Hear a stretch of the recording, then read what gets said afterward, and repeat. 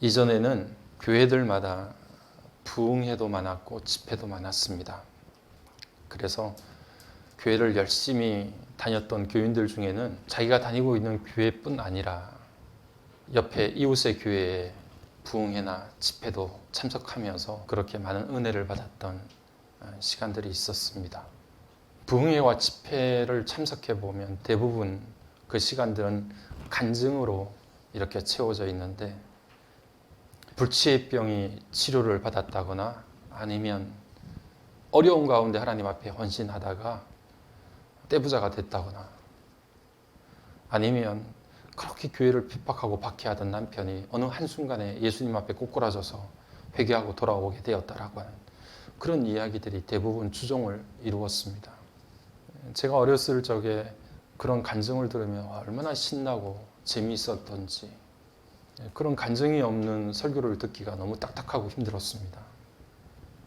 그래서 그런 간증을 들으면서 늘 마음에 기쁨과 놀라움이 넘쳤는데, 그럼에도 불구하고 집으로 돌아올 때면 어린 저 마음속에 그런 질문들이 계속해서 일어났습니다. 왜 나에게는 그렇게 크고 놀라운 일들이 일어나지 않을까? 그런 생각이, 그런 질문이 계속해서 일어나곤 했습니다. 교회에서 부흥회를 하거나 집회를 하는 것뿐 아니라 과거에는 기도원에 가서 기도도 많이 하고 기도원 집회도 많이 참석을 했었는데요. 기도원에 가서 설교 말씀을 들으면 거기도 대부분 많은 간증들이 설교 가운데에서 전해졌는데, 그 중에 흔히 드럼직했던 간증 내용이 무엇이냐 하면, 기도원 입구에서 이렇게 기도를 하고 있으면 갑자기 모르는 차가 와가지고 자기를 기도원 안까지 태워주었다, 이런 간증들이 많았습니다. 지금 듣는 우리 젊은 친구들은 이 말이 무슨 말인가 잘 이해가 안 되겠지만, 과거에는 사실 개인 승용차들이 그렇게 많지가 않았던 때가 있지 않았습니까? 기도원을 가려고 하면 대부분 일반 버스를 이용해서 그 기도원 입구에서 하차를 해서 내려서 그 기도원까지 올라가려고 하면 산길을 2km, 3km 걸어가야 되는 그런 사정이었습니다. 그런데 그 기도원 입구에서 기도를 하니까 자기도 모르는 차들이 와가지고 기도원까지 자기를 실어다 주고 태워다 주더라, 그런 간증을 많이 들었던 거죠. 저도 기도원을 갈 때에는 그런 간증이 기억이 나서 기도원 입구에서 저도 기도를 많이 했습니다. 하나님, 자동차를 보내주셔서 기도원까지 저를 꼭 태워줄 수 있도록 도와주세요 하고 기도를 드렸는데, 아무리 기다리고 아무리 기다려봐도 자동차는 오지 않았습니다. 제 기도가 믿음이 없고 간절하지 못해서 응답이 되지 않나 싶어서 더 간절하게 기도했습니다. 자동차를 보내주시옵소서 하고 간절히 기도를 했는데, 기도원으로 올라가는 길을 다 갈 때까지 뒤를 아무리 쳐다봐도 자동차는 오지 않았고, 자동차가 한두 대 오긴 왔지만 나를 전혀 보지 못한 것처럼 쌩하고 지나가는 자동차들이었습니다. 예수 믿으면 크고 놀라운 일들이 우리 가운데 좀 일어나야 되지 않습니까? 우리가 읽고 있고 들고 다니는 이 성경책에 얼마나 놀라운 일들이 많이 기록되어 있습니까?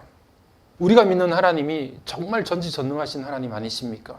능력이 많으신 하나님이 아니십니까? 천지 창조로부터 시작해서 그 엄청난 일들을 이루어내신 분이 하나님이시지 않습니까? 그러니까 우리 삶 가운데 크고 놀라운 일들이 일어나고 그 일들을 경험하고 싶다라고 하는 일이 실없이 던지는 질문이나 소원이 아니라, 실제로 우리가 믿고 있는 하나님이 그런 하나님이시고 우리가 읽고 있는 성경 가운데 그 놀라운 일들이 가득 차 있기 때문에 적어도 그런 생각 한 번쯤 하는 것이 잘못된 것은 아닐 것입니다.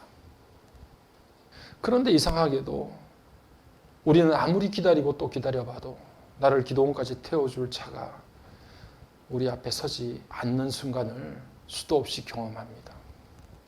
거기다가 우리를 더 실망시키는 것은 시편 131편 오늘 우리가 읽었던 1절 말씀을 보니까, 나는 큰 일과 내가 감당하지 못할 놀라운 일들을 이루기 위해서 힘쓰지 않는다고 그렇게 고백하고 있는 말씀을 보게 되면 더더욱 우리의 마음이 쪼그라들게 됩니다.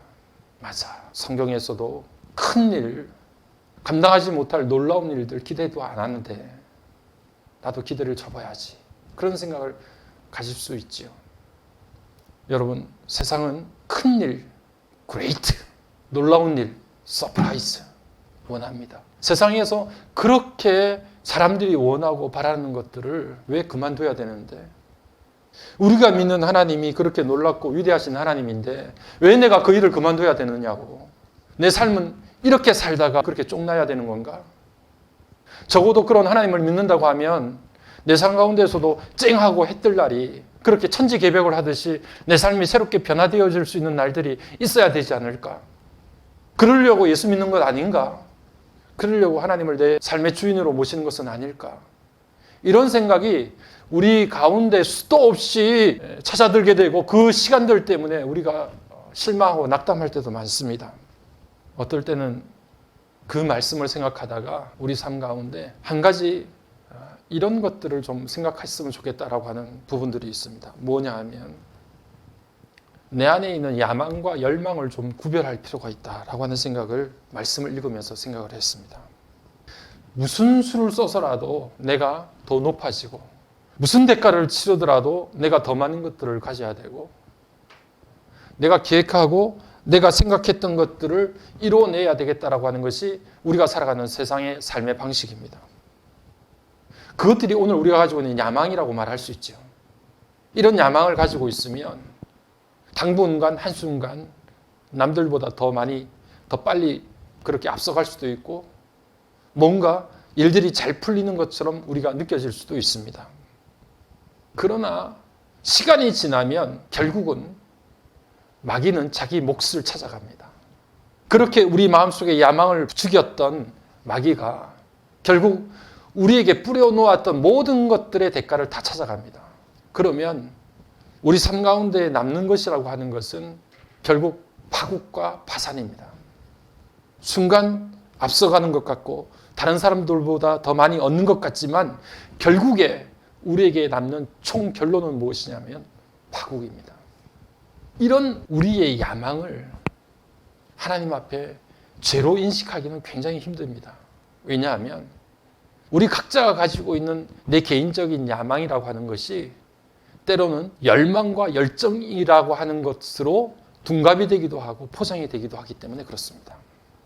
그러니까 우리는 내 안에 있는 야망이 정말 열정이고 열심인가 열망인가, 그것들을 구분해내는 게 쉽지가 않아요.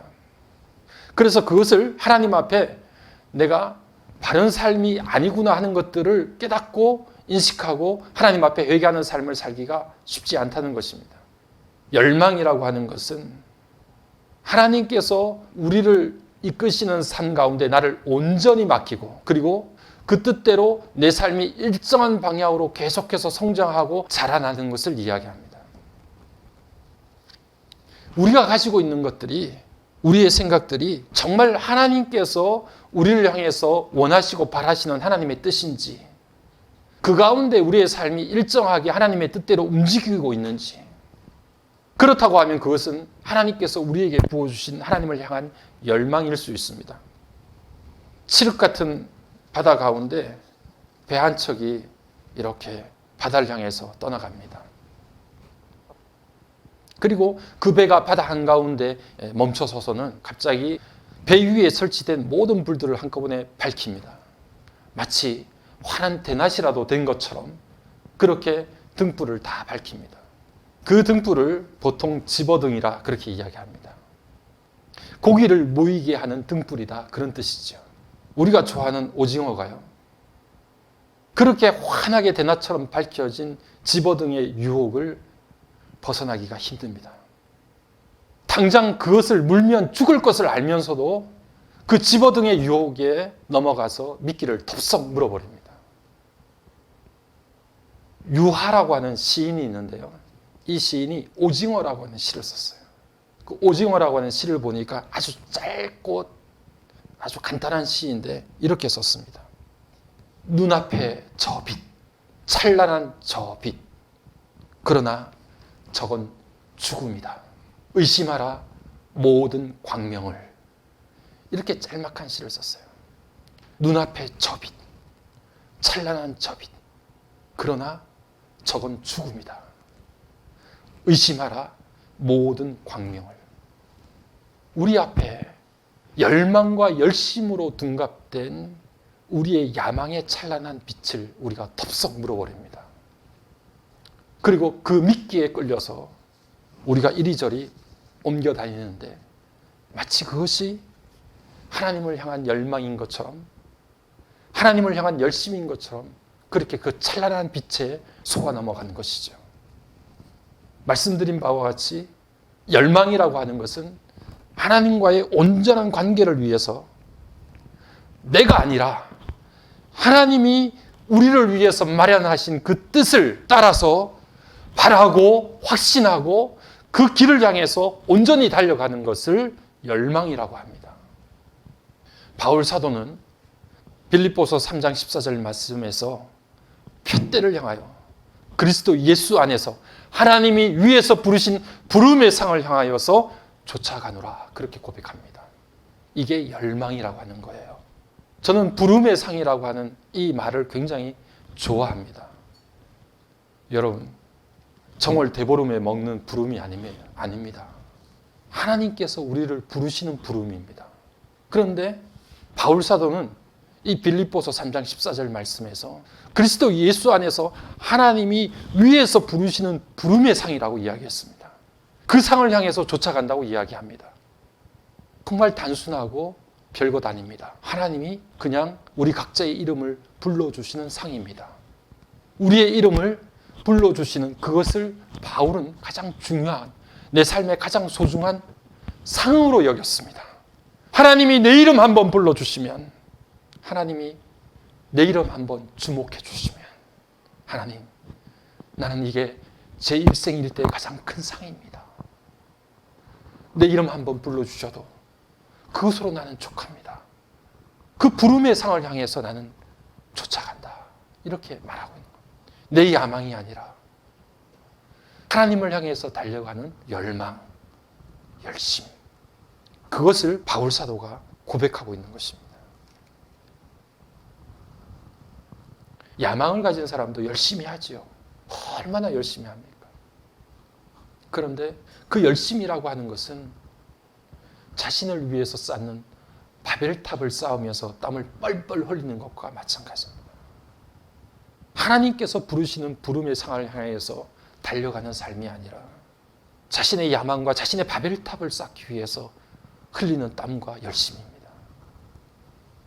여러분, 저와 여러분에게 이 시간 가장 중요한 일은 내 삶이 하나님의 뜻에 합당한 삶인가 하는 것이 가장 중요한 삶입니다.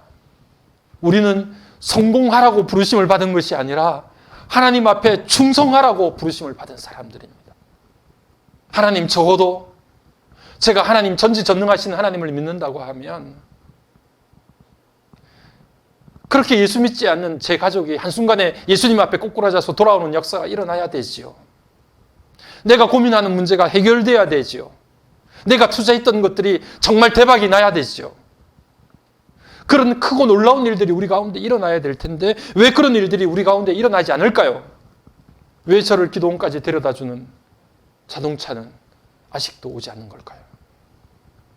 오늘 우리가 읽었던 131편의 1절의 말씀을 다시 보게 되면 여호와여, 내 마음이 교만하지 아니하고 내 눈이 오만하지 아니하오며 그렇게 말씀합니다.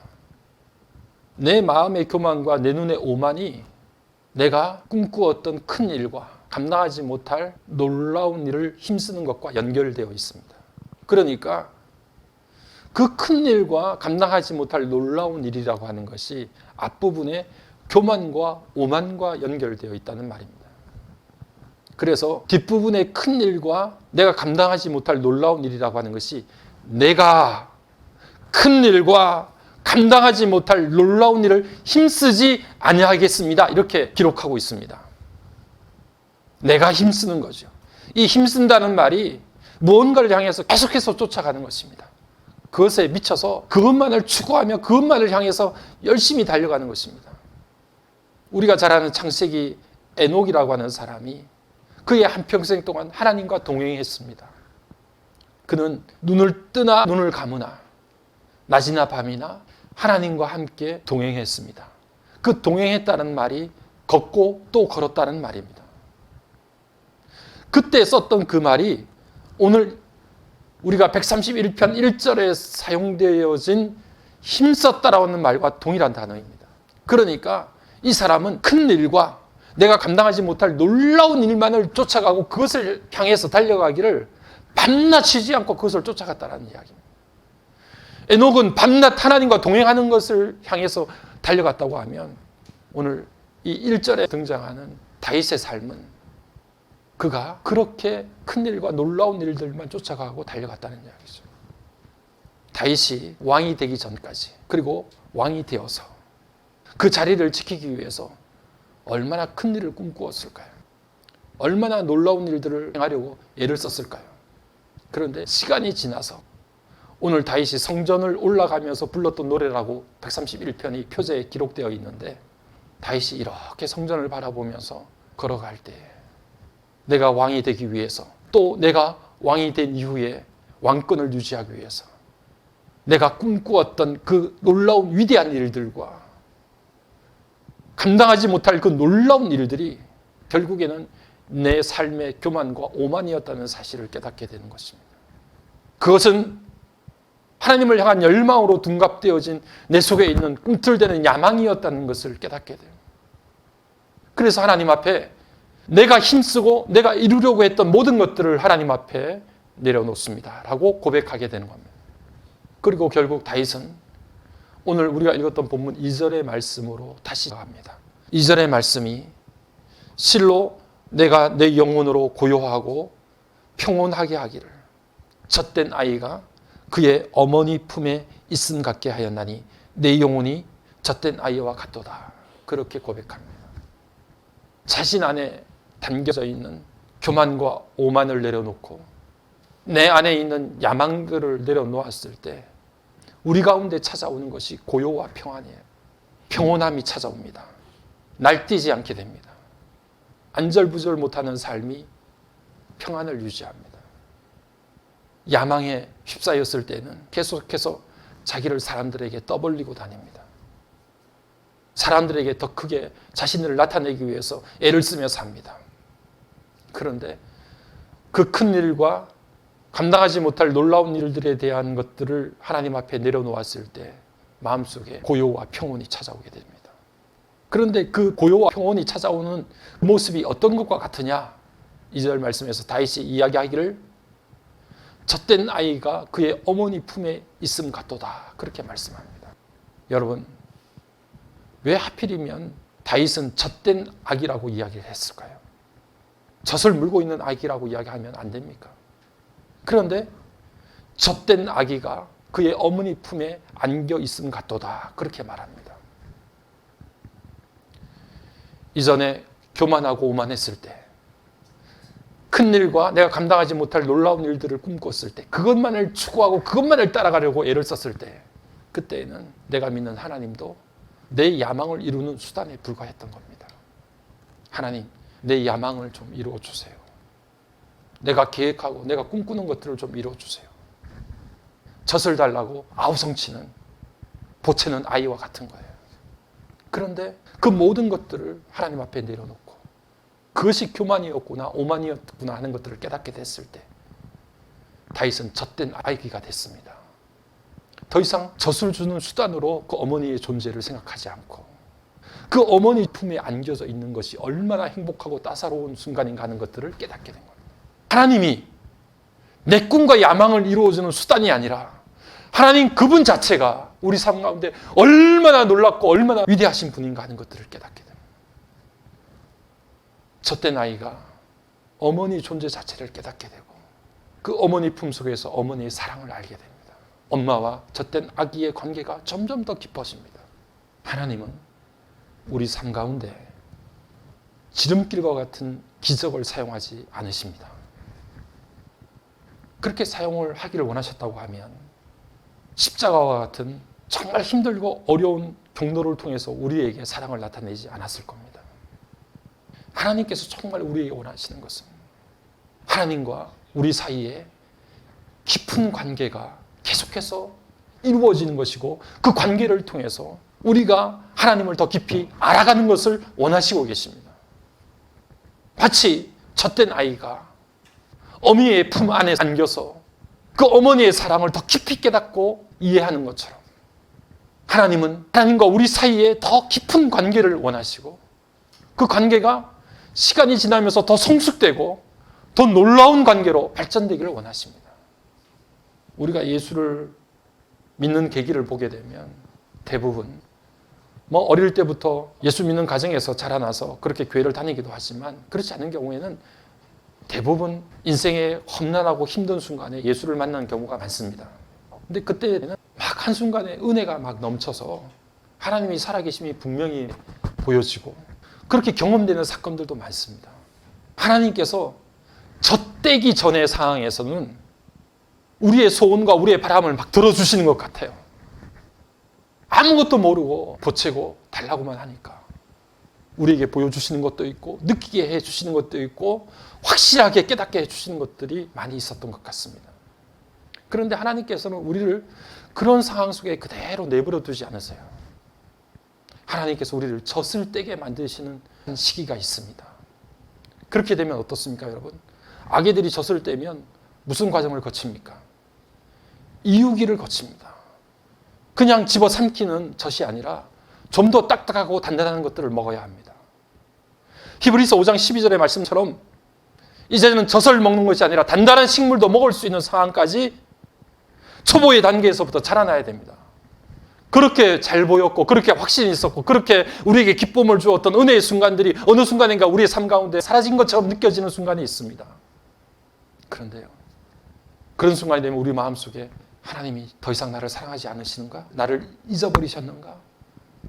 그런 의심과 그런 질문들이 우리 가운데 일어나지만 여러분, 하나님은 결단코 우리를 잊어버리지 않으셨습니다.